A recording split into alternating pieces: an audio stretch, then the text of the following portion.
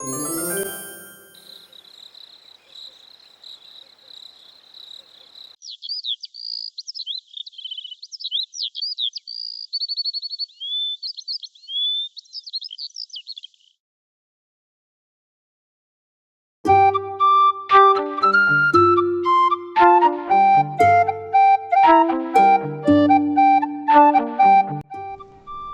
বাংলাদেশের একটি ছোট্ট গ্রাম, যেখানে কৃষকরা তাদের পরিশ্রমে ফসল ফলান।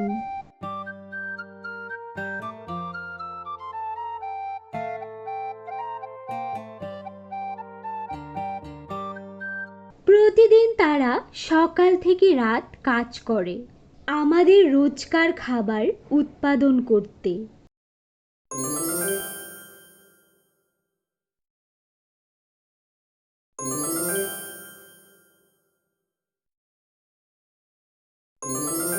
কিন্তু বাজারে এসে তারা তাদের সঠিক মূল্য পায় না। বেশিরভাগ লাভ চলে যায় দালালদের হাতে।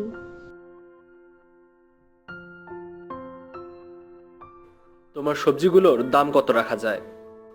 সবগুলো মিলে আমাকে 100 টাকা দিয়েন। কি বলো, এতটুকু সবজি 100 টাকা? দেখো, বাজারে বেশি ক্রেতা নেই। যদি আমাকে 30 টাকায় সব সবজিগুলো দিতে পারো তাহলে দাও, নইলে আসি বাবু।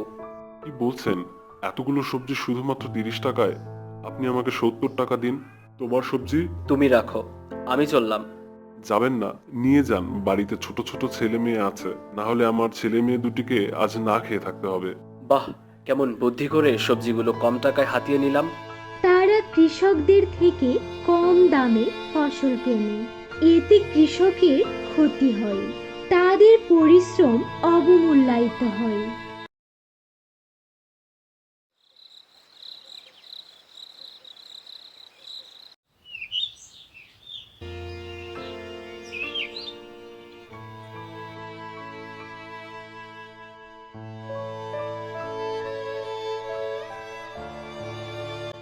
সবজিগুলো কম দামে বিক্রি করে কৃষক তার মনের দুঃখ নিয়ে জমিতে আসে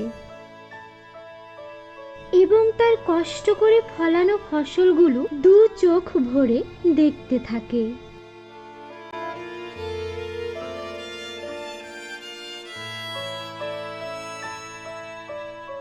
আর ভাবে, এভাবে আর কতদিন?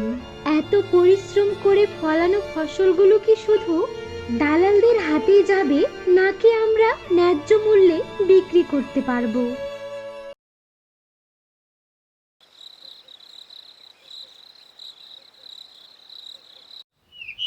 এর পরপরই সকল কৃষক তাদের দাবি নিয়ে একটি আন্দোলন গড়ে তোলে। আমাদের উচিত কৃষকদের বিষয়টি গুরুত্ব সহকারে দেখা, সঠিক মূল্যে ফসল বিক্রি নিশ্চিত করতে হবে।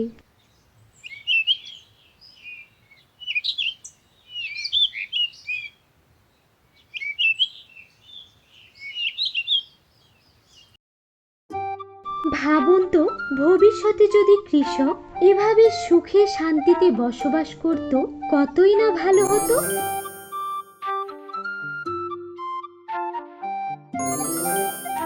তোমার সবজিগুলোর দাম কত রাখা যায়? সবগুলো মিলে আমাকে 100 ঠিক টাকা আছে, দিয়েন। ঠিক আছে, সব সবজিগুলাই আমাকে দিয়ে দাও, আর এই নাও তোমার 100 টাকা।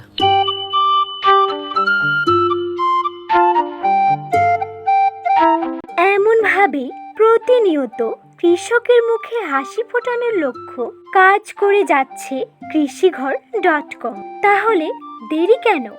বাংলাদেশের শত শত কৃষকের পণ্য সঠিক দামে বিক্রি করতে কৃষিঘর.com পেজটি লাইক এবং শেয়ার করে আমাদের পাশে থাকুন।